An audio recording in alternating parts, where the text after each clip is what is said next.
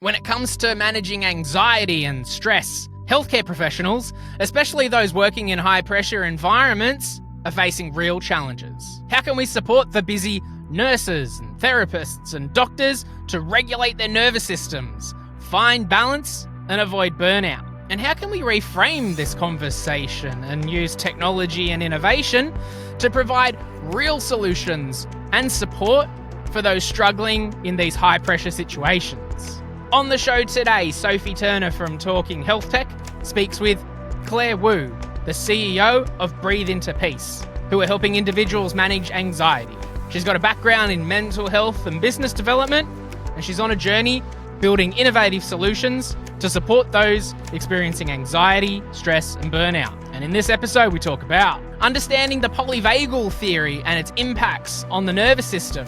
We'll learn different ways to help regulate the nervous system within body, mind, and connection, and hear firsthand about the inspiring journey of an Australian clinical entrepreneur. Collaboration starts with the conversation, Team Health Tech. Let's make it happen. Welcome to Talking Health Tech, featuring content and community about technology and healthcare.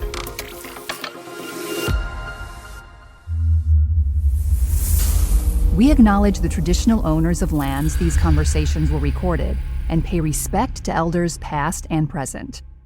Good morning, Claire. Welcome to Talking Health Tech. How are you going today? I'm good. Hello, Sophie. Thanks for having me. Oh, it's great to have you on the show today.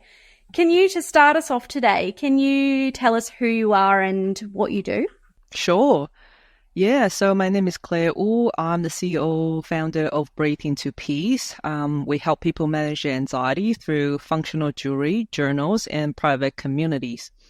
I'm a therapist by trade. I've been working 14 years as a mental health professional in the mental health space. I'm also a business development expert, so I help companies to build their pipelines and grow their businesses. And I'm really excited to be here today. Yeah, amazing. So you've managed to marry the clinician and the entrepreneurial to bring Breathe Into Peace to life. How has your journey in mental health and practicing for the last 14 years influenced your entrepreneurial pursuits? It's helped a lot of shaping of my vision and my mission for helping my clients. As someone who has complex mental health lived experiences, I empathize and I have a lot of compassion for my clients and my patients in the mental health space.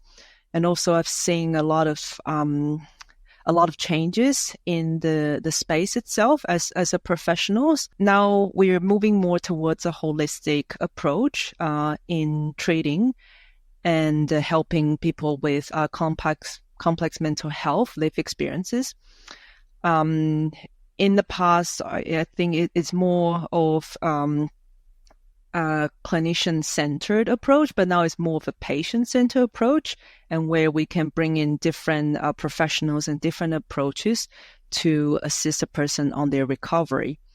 So the experiences that I have in the mental health space really inspire me to create something that is really practical and really useful, and that the client can use it on a daily basis. And that's how Breathe Into Peace was born. And the development of my product was also inspired by my own journey in the way that I suffer from anxiety from a very young age, and I've always been looking for solutions and techniques to help myself throughout my teenagehood. And during the course of my healing, I created elegant and discreet breathing necklace that I can use secretly to regulate my nervous system. So then I realized that there are millions in Australia like me who can benefit, and that's when I decided to build Breathe Into Peace. Yeah, wow. When you talk about reclaiming your nervous system, can we dive into that a little bit more in terms of what that means and what we can sort of, I guess, the theories behind that? Yeah, so the nervous system is based on what Dr. Stephen Portuguese has discovered many years ago in 19th century. So it's based on the polyvagal theory. The theory is that our nervous system is interconnected. So it affects how we feel, it affects how we behave. So our body and mind are really close to each other. And the largest nerve, the vagus nerve, has the power to help us regulate our emotions and to connect socially. And also it responds to fears as well. So this nerve, vagus nerve, is connected from the brainstem and to our organs, including like our heart, our esophagus, our guts, our stomach, our sexual organs, and the peripheral parts of our hands and our feet. So there are a couple states in the nervous system, and shifting between those states have different emotion reactions. And I won't dive into the 3 states now, but so the theory is that the vagus nerve has this vagal brake, which is the closely connections between the brain and the heart. Yeah, so the vagal brake is a little bit like our bicycle brake. So when we are usually relaxed and calm, the brake is usually on. That means we are like in our resting state. And then when we got into a bit more stress or challenges, that the brake loosens off, and then we start to increase our heart rate. We start to have the stress response, the cortisol level lift, and then we start to do things accordingly. But then when the stress leaves, the vagal brake comes in, and then our nervous system comes down. So that's a natural vagal brake and the stress response and how our nervous system calms itself down. However, people might lose the function of the vagal brake if they're constantly in stress, or they're constantly in anxiety, or they're constantly being triggered. They will stay in that really high vagal tone, and which creates, chronic anxiety, chronic stress and burnout and all the other things. Yeah. So when they lose that functionality of the vagal brake, and that's how it happens. So you might hear some people say that they're always on the edge, or they're always stressed, or they just can't sleep. And Sonia, that's also the similar ways in that, because the vagal brake doesn't come in, and then the tone stays up very high, and they're in that really high state. So yeah, it's actually quite interesting, because when you start to understand that, you find ways to activate the vagus nerve and the vagal brake function again, then yeah, the body naturally has its way to repair the nervous system. Thank you for that. So if I stick with the bicycle brake analogy, breathe into peace creates functional jewelry, which I'm going to stick with that. That becomes a brake as such, that is like that reminder that you have. Is it? Can you explain to me how the functional jewelry comes together to help people with anxiety? Yeah, so there are a couple ways to activate that vagal brake. One of it can be through breathing exercises. It can be through cold water. It could be through just usual weight training exercises. And what we do is that we create this patent-awarded breathing necklace, which has a triangular design that slows down the breathing. So it makes your exhalation really slow, long, and consistent. And that's how it activates that vagal brake. And then it calms the nervous system. So it calms the body, it calms the mind, it calms down the heart rate, it calms down the stress response. Wow. So what inspired you to develop this innovative jewelry? It's both ways. I would say one is that working with my clients during the time, we taught a lot of breathing exercises to help the patients or the clients to calm down. And a lot of times they do it in the clinic or in the hospital, but they forget about it when they go home. So they are okay in the clinic or in the hospital, but then when they go home, when they trigger or when their day goes on, they forget about it because it's really challenging to remember it when you're in the moment, when you're being stressed or when stress response comes in, because people have different response to stress. Some people fight, they flee, or then they fawn, they people please, or then they just shut down. Yeah. So these are the common typical response. And that's why the creation came about, is that, okay, if today we have something that they can wear on their neck, and that will be a token of reminder for them to do these breathing exercises to help them to, break that anxiety cycle. Mm-hmm. And how are your clients using it? What impact has it had in their lives so far? Yeah, so we have now served over 200 clients with our breathing necklaces. And they are loving it. We got a 4.8 out of 5 stars in our reviews. And a lot of them are actually struggling with, a lot of them have ADHD. Some of them are struggling with burnout. Some of them have PTSDs, and they're finding the breathing necklace really help them to get them out of that stressful moment and helping them to regulate themselves and building a bit of distance between anxiety and the reality. Now, being a clinical entrepreneur is not without its challenges. What challenges have you encountered while building Breathe into Peace, and how have you overcome them? Yeah, it's the entrepreneurship is roller coasters. Even though I also have a background and experiences in business development, so I have helped services, app, and the product to scale and close multi-million-dollar deals. Building your own brand and building your own product, it's a lot of work and a lot of obstacles. The biggest challenge is trying to stock in wholesale stores and retail chain stores. As a clinician, even as a business development expert, I am more used to deal with direct to consumer, so dealing with clients, patients directly. However, when you're looking to stock your product, especially physical product in larger retailers, wholesalers, for example, pharmacists, for example, stores, and that you would need to really speak to key decision makers, get your catalog right, get your pricing right, make sure you still leave room for your profit margins, well as you've got to pitch yourself right to the key decision makers, and having the right terms and conditions eventually to closing the deals.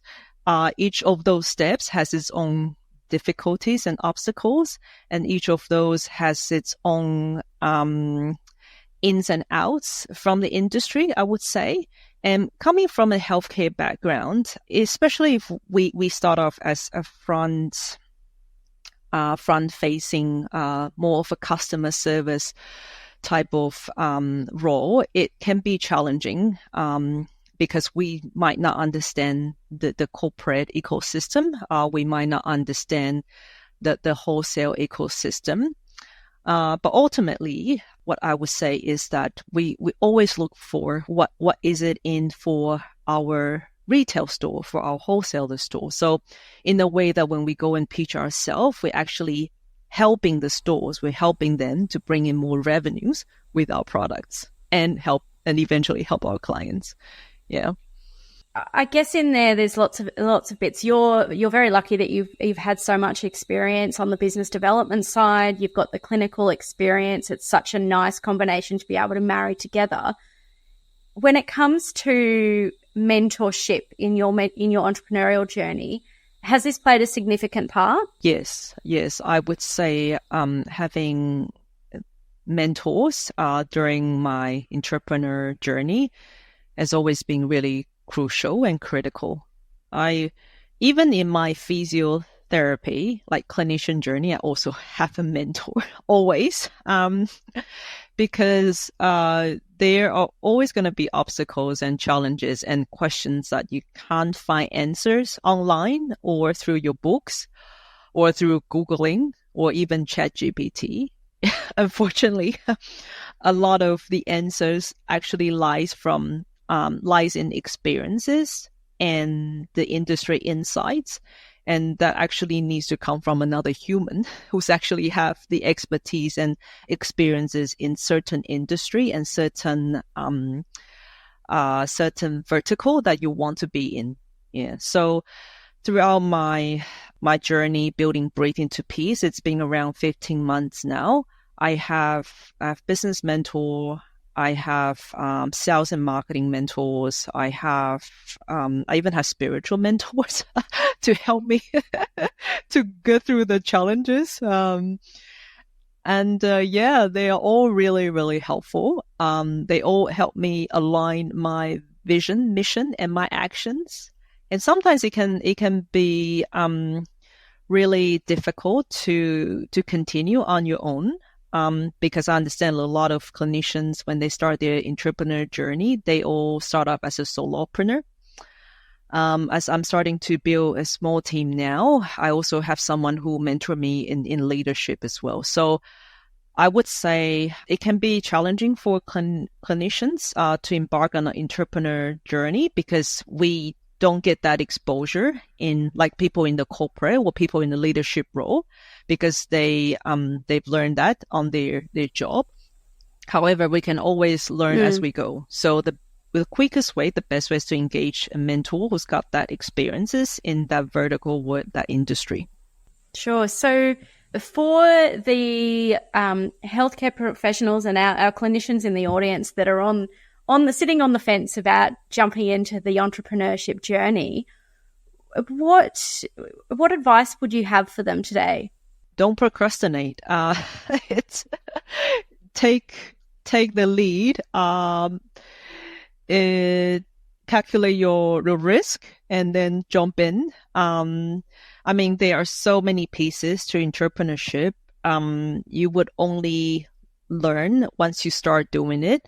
So I would say I have around 3 advice, especially, going through the program that OSEP, the Australian Clinician Entrepreneur Program, has provided me.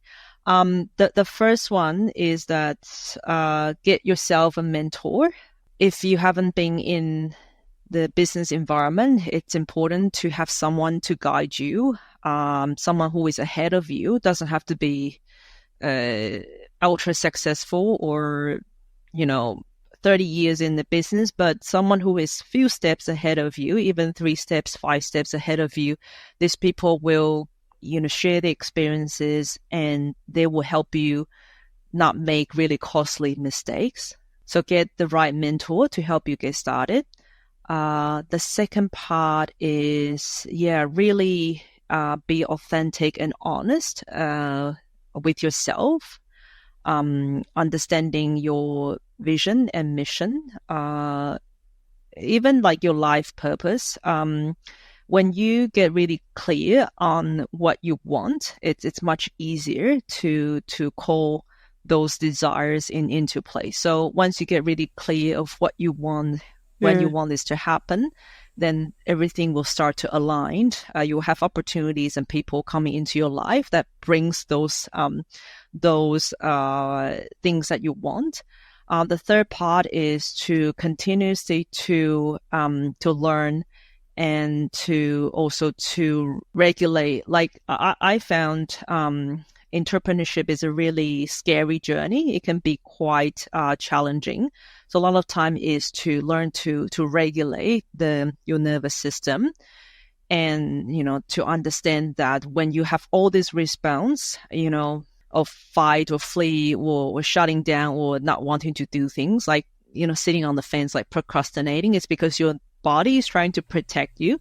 Like when you're trying to get out of the comfort zone, your body will naturally have those stress response, and that's because it's trying to keep you safe. Yeah. So it's finding ways, working with your nervous system and to, connect with others in the business world, and that will help you to start take a lead on this journey. Thank you for that. So I guess if we take the lens focus back down on Breathe into Peace for a moment, what other innovative solutions and products are you envisioning for the future?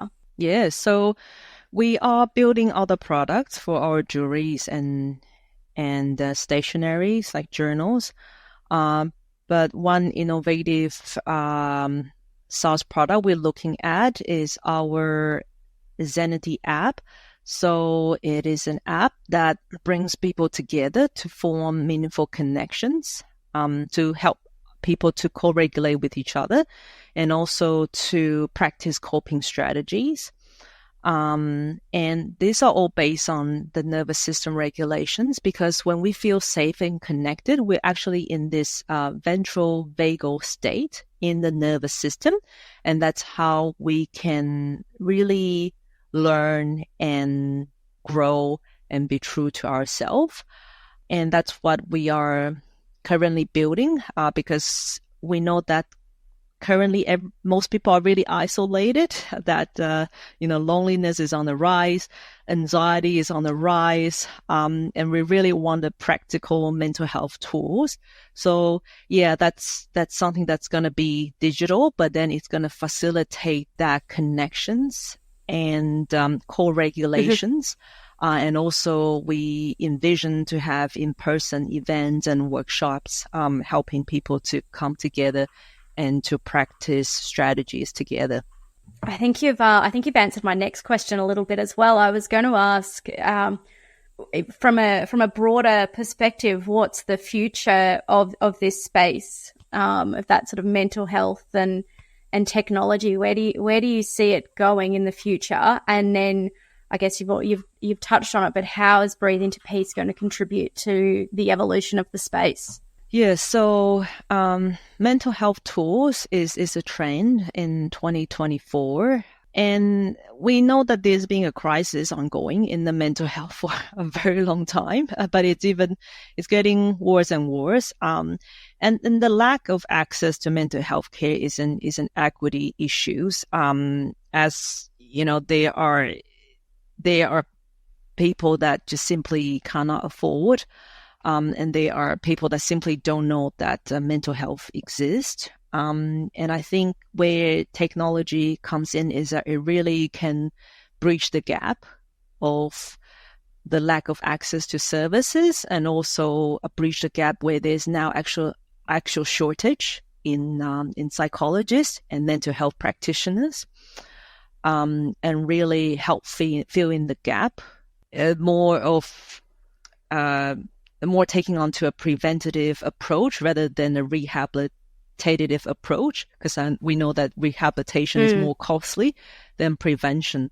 So I think the world it's moving towards of a more prevention-based care, and also that ongoing maintenance through an affordable digital app or mental health tools. Can be digital, can be physical, can be a service, software as a services. So I think you will see more and more emerging and upcoming products that's more like that. And we want to be part of that as well.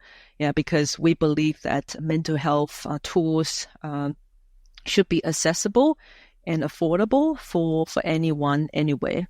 Yeah, absolutely. And give make it easier for the consumer to make the choices and feel empowered in their own journey. Yes, absolutely. And yeah, just remember that mental health is not a one-day thing or once-off thing. It's like your physical health. Like if you do exercise every day, that's how you maintain your physical health. It's not like I go for a walk for like a whole day and the rest of my life I'm going to be healthy. So it's the same with mental health. It is a continuous and constant practices. It's not like if today I meditate or I do some breath work or other nervous system regulation tool, I'm going to be fine for the rest of my life. It's more like, okay, I know that my mental health is on the spectrum. I've got good days, I've got bad days, and I just know how to regulate myself and in the bad days, and how do I move from, feeling down or sad to feeling good and feeling happy, and just finding tools and ways to help you to get back in your in your zone. Yeah, absolutely. Well, Claire, I think that's us for the day.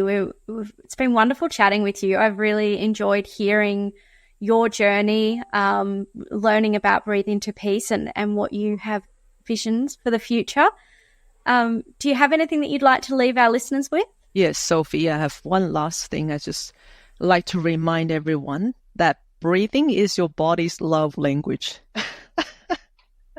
That's something I would like to leave for everyone. It's hard to think about, but we breathe all the time. We're taking in, tens of 20,000s of breath each day. And a lot of us are not breathing right or breathing properly because we were sitting in the desk for a long time. We are constantly in the stressful situations, and just taking time, to breathe. To take a moment for yourself, and that's something that your body will be grateful for. Yeah, absolutely. A wonderful reminder, and perhaps a great title for this episode. Breathing is your love language. Yes, Claire, yes. Thank you for your time today. It's been really wonderful.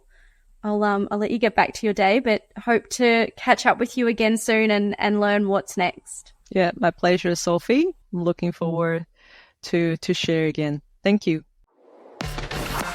We hope you enjoyed this episode of Talking Health Tech. Make sure you like and subscribe and share this episode with someone who might find it valuable. For more information and resources about healthcare innovation, visit talkinghealthtech.com.